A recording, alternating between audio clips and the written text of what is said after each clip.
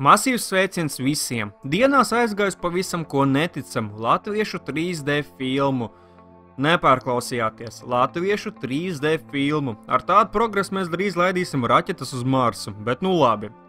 Izdzirdot pirmo reizi šādu info, pirmais man bija jautājums, kur viņi izrāva budžetu, jeb šo autoru filmē ar speciālu 3D kameru, kas ir krietni dārgāk. Vismaz cik sapratu no bildēm, nevis nofilmējam un konvertējam princips. Otrs, kas mani paķēra, bija sižets, nākotne laimes kults, kurā darbojas mistiski laimes daktarīši, īsumā visi apkārt ir laimīgi. Sākot runāt, mums nolēma piedāvāt utopisku nākotni. Pie tām sci-fi žanrs bija piešķirts, kur es vispār dievinu. Skaidrs bija viens, ka es iešu uz šo filmu.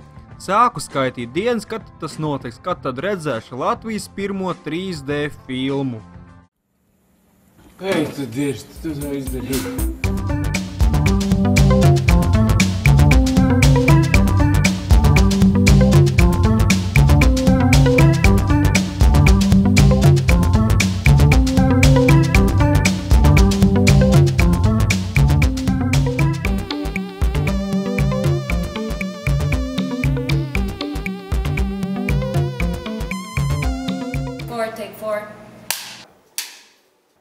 Pienāca 24. janvārs. Pirmais man bija izbrīns pienākdams pie 4. auditorijas 15 minūtes iepriekš, sākotnēji nemanot attapos, ka esmu vienīgais cilvēks pie šīs auditorijas. Mans bažas vēl vairāk pastiprināja, kad kontrolieris pienāca pie durvīm ar vienām 3D brīlēm, atvēra durvis un laipni man ielaida iedodot šīs pašas brīles. Zālē es biju vienīgais cilvēks, un man uzmācās vēl vairāk bažas, ka pēc preses konferences filma bijusi tik slikta, ka visi to paspējuši uzzināt, atskaitot mani. Labi, neatmetam cerību. Un te pārējot pāris reklāmā atnāca vēl divas meitenes. Nu ko, skaidra lieta, vismaz filma sevi kaut kā atpirks. Vai arī ne tas bija jāsaka. Nav svarīgi. Sākumā iesaku jums palasīt esošo rakstu iekš fórumu Cinemas LV, saita lejā un pievēršat uzmanību šai daļai. Pievienotā vērtība, da ko neteiks, ja no galvas izaugs roka, tas arī jāuzskat kā pievienotā vērtība. Iegaumējam šo daļu. Tomēr 3D ir filmas daļa un tam jāizskatās organiski. Taču jau iepriekš bija negatīvi noskaņojies un sapratu, ka tas ir režisoru debijs šajā formātā un savi šķībumi būs. Taču vēl vairāk man sabiedē fakts, ka pie filmas darbojas dažādi režisori un kā izrādījās pašsaprotami katrs filmē savu daļu, savu atsevišķu stāstu. Par tiem nedaudz vēlāk. Nu labi, varbūt kaut kas krustosies, nekā nebija. Izlasot, ka katru stāstu filmē citas valsts režisors, sapratu, nekāda kopsakara nebūs. Filmas garums sastāda stundu ar astīti un mūsu mainiekiem bija atveltīts 37 minūtes aptuveni. Ko gan var teikt, esošā pusstunda ir sadalīta arī vairākos mazākos stāstiņos, un cik sapratu, tos arī filmē katrs savs režisors. Tādi stāsti bija 3, ja atkal nekļūdos. Negribu viņos iedziļināties, ja viņi ir pietiekami īsi, lai sanāktu viens masīvs spoileris, taču tie bija fantastiski, ik viens no viņiem. Pati stāstu attīstība, lai arī bija īsi un strauji, tomēr viņi visi kopā sniedza tik plašu emociju, varbūt mazāk pārdomu gammu. Kā neviļus atcerējos filmu 99 franki, tīpaši 2. un 3. stāsts, kur doma bija līdzīga, kas redzējuši, tie sapratīs. Bet 30 minūšu notikumos mēs redzam visu to, ko redzam tagad televizoros, žurnālos un ikvienā reklāmā. Tikai tas viss šeit ir savu veidu likums, burtiskā nozīmē. Pirms katras epizodes mums nolasa likumu, ka katra pilsoņa pienākums ir būt laimīgam. Laimīgi cilvēki maksā pusi no nodokļiem. Iegaumējam likumu. Gala rezultātā autori vismaz mani satracināja vēl vairāk, jeb man gribējās vēl redzēt, vēl izjust, vēl pārdomāt un iedziļināties šajā laimīgajā pasaulē. Visa redzētā un dzirdētā bija manā skatījumā varbūt ne to, ka par maz, bet par īsu.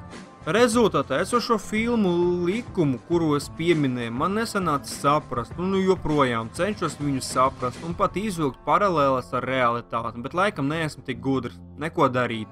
Runājot par 3D, atcerieties, ko pašā sākumā teica par pievienoto vērtību. Režisors Kārlis Vītols mūs ir brīdinājis. Negaidam neko to, ko esam pieraduši redzēt no Holivudas, un tā ir. Un filmai to nemaz nevajag. 3D šeit ne ar ko neizceļas. Viņš šeit izskatās organisks un pareizs vai. Viņš nav nec slikts, nec labs, un dažreiz viņu ir patīkami pat vērot. Un visa šīs pusstundas garumā es biju ieslīcis filmā, pat tad, kad gāja titri. Arī atmosfēra man šķita fantastiska. Pirmajā daļā varēja just savu retro nākotni, kā tas bija 50. gados, kad cilvēki sapņo, kā būs 2000. gadā. Vismaz noskaņa man tāda radās, laikam jau tam līdzīgi gaidīja pateicoties afišai. Runāja par aktieriem, varēja jūs, ka tie ir teātra aktieri, taču tas piešķīra savu šārmu un savu veidu ticamību. Savukārt aktieris Jānis Jarāns, kur spēlē ekstrasens un kuru ieraugot, man nezinu, kāpēc vienmēr paceļas garastāvoklis, laikam jau cilvēks ar tādu auru, nezinu. Vispār varētu atvērt ekstrasensa psihologa prakses un viņa darbības un runas par astrālo ķermenu šķistu īstas. Aktieri nostrādāja lieliski, režisori lieliski un cilvēki, kas strādā pie mūzikas arī lieliski.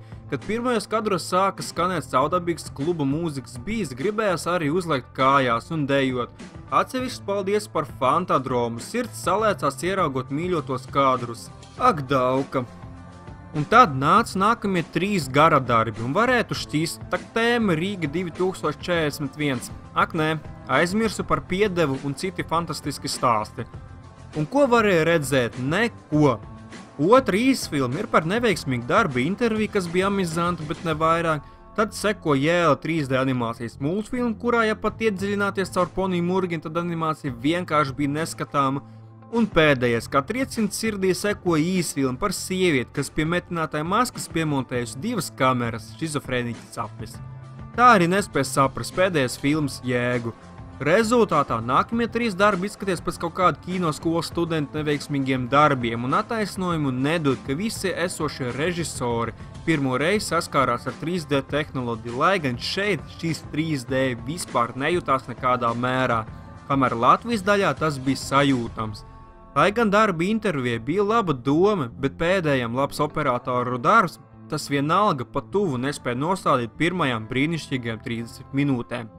Un grūti teikt, kāpēc autori nenofilmē kārtīgi filmetrāžu par notikumiem, darbībā un cilvēkiem, kurus mēs redzējām. Varbūt naudas tik daudz nebija, vai vienkārši neviens cits negribēja krāmēties gar ko tādu. Kā rezultātā nācās izvilkt pusstundu un pieminēt klāt vēl citus gara darbus. Gaidu no mūsu režisoriem tā tipa filmas vairāk, tikai filmetrāžā 2 stundas un ne mazāk.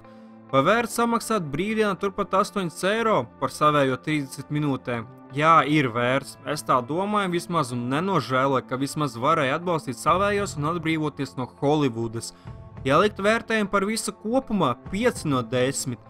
Ja likt tikai par mūsu pašu daļu 8 vai pat 9 no 10. Tas arī viss. Izsakiet savu vērtējumu, aizējot uz kino. Visu labu un skatieties to labāko.